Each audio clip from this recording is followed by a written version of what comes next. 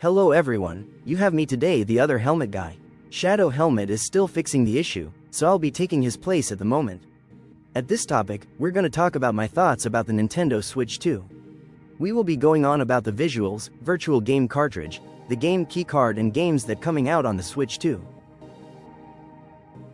As I looked at the Nintendo Switch 2 Direct, I was pretty excited with its improved design, performance, quality and the visual enhancement. But most people wasn't impressed with their name Switch 2 and wished it was called the Switch Pro or the Switch U. But for me, I really didn't care in terms of what the name was, so my expectations was low for that. When they introduced the virtual game cartridge or the game keycard, it made me realize that the stuff I said about the video on issues with heightened visual is coming true. In terms of games are going to become less physical and more digital for the future consoles, and as time goes on you will have less ownership for the games that you own, like sharing and trading. Sure, they could say that it's cheaper to do digital games or download them, but the problem is that they could add new rules that you will follow or else you can't play them, or you could lose your data through virus and maybe through a server accident. As the more I think about it, the more I'm less hyped and worry about the future for later console, and soon will be like Google Stadia. With the games, I was pretty shocked that the Yakuza 0 Director's Cut is coming out on the Switch 2. I guess they wanted to put the bigger game with more content Switch 2 to the new platform so that newcomers could try it out. So I can see why they decided to save it for the Switch 2 on the new console. But I guess they wanted to try Yakuza Kiwami on the Switch 1 with the lowest content in the series, just to test the waters, see if its sales will go well there.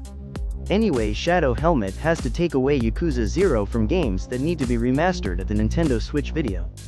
But my only issue is that it come as a game keycard instead of the full cartridge, which isn't a good sign.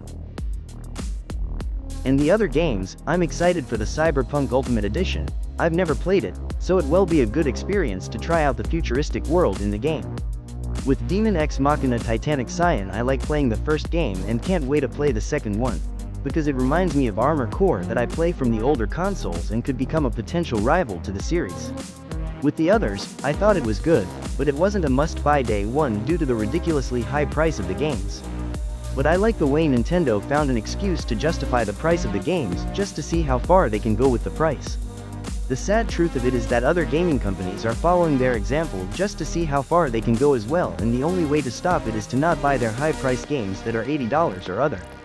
But I have a gut feeling that it's inevitable that is going to sell well just because they might promote it through YouTube or live stream, so it will do well no matter the price, which could be bad for the future gaming. Anyway, these are my thoughts on the Switch 2. I would be lying saying I won't get the Switch 2 console, it's just I won't be getting day one when it comes out. I think the console price is okay, but the other games way too high. So there is no need for me to rush, I'll get in way later on or maybe next year.